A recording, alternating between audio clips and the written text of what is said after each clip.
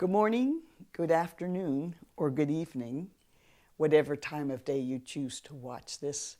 Settle in, get comfortable. It's a long story. It's a story for 5 to 10-year-olds to moms, dads, and grandparents. And this is a folk tale that comes from Spain. I told my children that I teach this story, and they loved it very much.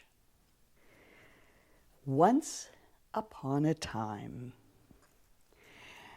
there was a man who had the most beautiful flowers for sale. He walked through the village, calling out, "Who will buy sorrow? Who will buy grief?"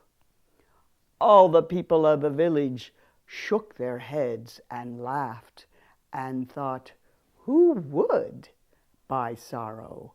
Who would buy grief? And not a one of them purchased any flowers from him. So he walked still further on, and this time he came to a palace. Oh, the beautiful princess looked out the window when she saw the flowers that he was carrying. He called out to her, "Who will buy sorrow? Who will buy grief?" She shook her head and thought, "There is no sorrow, there is no grief in these flowers. They are the most beautiful in the world." He thanked her. She threw down some gold pieces. He thanked her again and went on his way. The princess then called to her maiden and said, "Let us get the gardener and have him plant these flowers." So they went outside to help the gardener choose where to plant the flowers. They were very happy because it made such a wonderful place. The palace was now blooming everywhere with flowers from the man. The princess said to herself, "How could this bring sorrow? How could these beautiful flowers bring grief? It must not be so." So they planted and planted all day long. When evening came, it was time for all to go to sleep. And so they did. The princess could hardly sleep a wink that night. She was so excited to look at her flowers the next morning. So, at the break of dawn, she woke up, called to her maiden and said, "Let us go out and help the gardener water the flowers." They went out together. The gardener found just a few more flowers to plant. They watered and watered, and before long, a rabbit hopped up out of the flowers. "Oh," said the maiden, "let me catch him." She took some ribbons and tied them around his neck and led him all around the garden. When it was time for her to go inside, she hoped she could bring the rabbit in. But the rabbit ran away quickly. Oh, on this very night, the princess could not sleep a wink. She was distressed. She had lost her ribbons, but more than that, she had lost that beautiful white rabbit and felt quite full of sorrow. The next morning, they went out to the garden once again, taking with them the gardener and the watering can and began to work. Before long, the rabbit hopped out of the flower garden again, and this time the princess took her scarf from her neck and tied it around the rabbit's neck, led him all through the gardens throughout the palace. And when it was time to go in, the rabbit hopped away again. The princess was so sad, she put herself to sleep. But once again, she could not sleep a wink. She had lost her scarf, but more importantly, she had lost the white rabbit that she was longing to keep. On the third day, they went out once again to water the flowers. The gardener helped them. And once again, the rabbit hopped out of the flowers. This time, the princess tied her sash around his neck. She let him follow her all through the palace gardens. They walked and walked until sunset, when she hoped the rabbit was so tired he would join her in the castle and sleep in her room. But no, once again he ran away and was nowhere to be seen. That night, on the third night, the princess was more sad than any other evening. Her maiden sat beside her, trying to comfort her. Well, the very next day, she could not get out of bed. She was filled with such sorrow and such grief. Her father called all the doctors in the land and said, "Please help me with my daughter, the princess." They came, consulted, and said, "Let us bring musicians, jugglers, circus acts, all who could cheer her up." These people came. The whole grounds of the castle was filled just like a fair. It was a great time, but the princess was not cheered. Her heart was full of sorrow and grief. It went all throughout the land. Could anyone come and help to heal the princess of her sorrow and grief? Well, there were two sisters living in a cottage, and the one sister was a storyteller. I shall go and tell her a story. Her sister said, "I do not believe you can make the princess be cheered." "But I must try," said the sister. So she wrapped herself a piece of baked fish and a loaf of bread, put it in her basket, and began her journey to the castle. As she was old, she had to sit and rest at milestones along the way, and she did so. She continued on, and at the very next milestone, she saw something that surprised her. All at once, the entire earth opened up, and out came a donkey, led by two hands on its bridle. "Oh," thought the old woman, "what could this be?" She waited until the donkey returned, and once again it was being led by two hands holding its bridle. The woman shook her head in astonishment and decided she would follow the donkey. The earth opened up, and down, down, down they went, deep into a tunnel. After the tunnel, they came to a place where there was the most glorious light.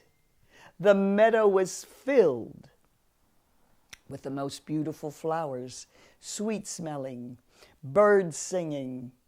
It made everyone's heart full of joy who saw it. Beyond that beautiful meadow filled with light, there was a castle. The storyteller went into the castle, and there she saw in the front room a table set ready for a meal. Two hands brought her a bowl of soup. They ladled it out, and she ate. Two hands took the soup away. Then two hands brought her a plate of roast beef.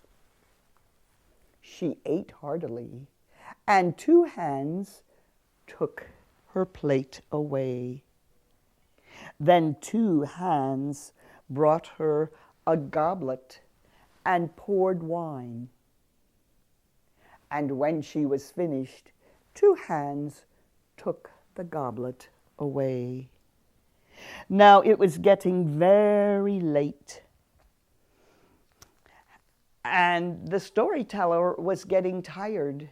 She went into the next room, and there she saw a bed, a white quilt laid out. In 1 minute, two hands took the quilt, fluffed up the pillow, and the old woman lay down to sleep. Two hands covered her. She slept well that night. And the very next morning, she awoke and thought she must return to the upper part of the earth. But before she could get out of bed, she sat up in her bed and saw the most unusual sight. A rabbit hopped into a pail of water, and out came a handsome prince. He looked in the mirror, combed his hair, and said to the mirror, "Who is it that feels such sorrow and such grief on my behalf? Who can it be?" The storyteller listened, but there was no answer, and within the next minute, the prince jumped back into the pail of water, and out came a white rabbit. Oh, she was quite astonished and got out of bed. She went back to the dining room, and there she was given a bowl of porridge by two hands.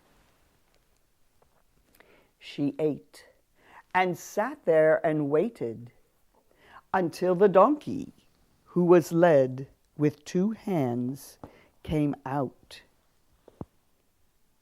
The storyteller followed the donkey through the meadow filled with the most glorious light. Through the dark, dark, dark tunnel, the earth opened up, and she was once again at the milepost where she had started. Oh, she thought, this is a story that will be good for the princess. So she continued her journey and came near the castle. She saw those flowers, did not know they were the flowers of sorrow and grief, but knocked on the castle door. The gardener came and said, "May I help you?" "Yes," said the storyteller, "I would like to tell a story to the princess."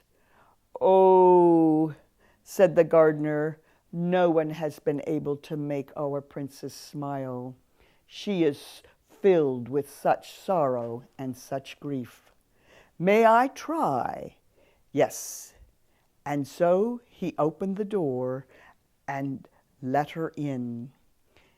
She came to the room where the princess was sleeping, said good morning, and said, "I have a story to tell you."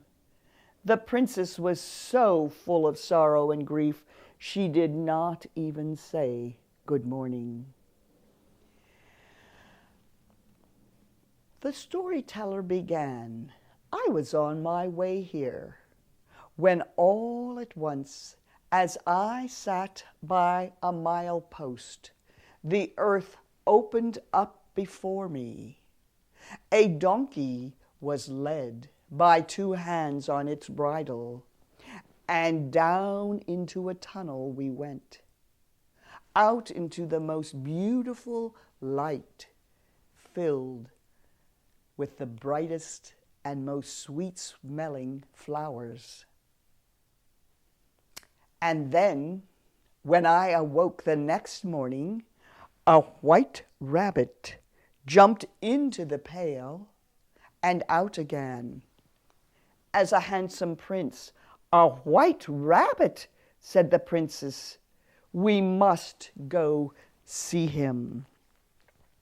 And so, the very next day, the three of them set off, the storyteller, the maiden of the princess, and the princess herself.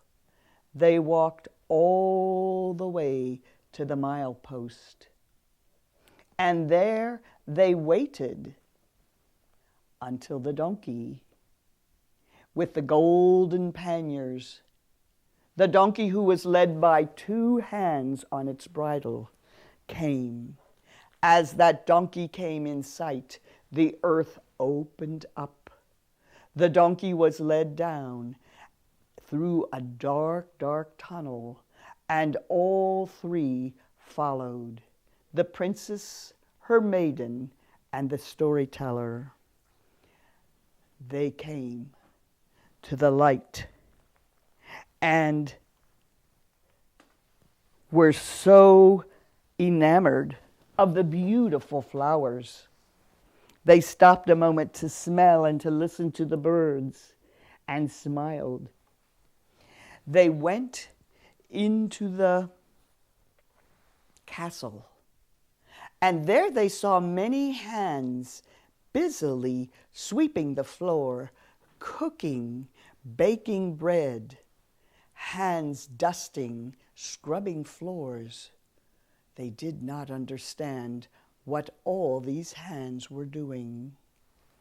They went on and on until they came to the last room, and there they saw on the floor, half man, half animal, dead. "Oh," said the dear princess, "how is it that someone has died, and no one has lit a candle, and no one has put a flower out, and no one has said a prayer for his salvation?" So the princess herself lit the candle, placed a flower on the heart of the dead one, and knelt down to say a prayer. As she knelt there, all at once, the handsome prince rose and said, "You have freed me from my enchantment." And all the hands that were busy at work became human. "Oh," said the princess, "what is happening here?" The prince cried out, "There has been someone betrothed to me with sorrow and sadness, and it was foretold that I must marry this person." The princess had fallen in love with the beautiful prince, and she said, "Oh, it is I who you were bound to. You were bound to me with a ribbon, with a scarf, and with my sash. Oh, said the handsome prince, then will you marry me? Yes, said the princess. The prince's father came forth and said, let us prepare for the wedding in 3 days' time. The princess's father came from her castle to join in the celebration. The two were very happily married, and each one inherited the kingdom from their fathers, so that 2 kingdoms were united. They lived happily with the storyteller, who was pleased to share in their good fortune. But she said, I do miss my sister and my own poor little cottage. Oh, we shall let you go. So they gave her a golden coach laden with gifts, and the storyteller bid them goodbye. Now, all the sorrow and all the sadness that had come with the flowers was bright with joy, for the handsome prince and beautiful princess lived happily with their family and all the days, and as far as we know, they are living there still. Story, story of the day. Do not go very far away, for your treasures I want to keep. So please come back to me when I sleep.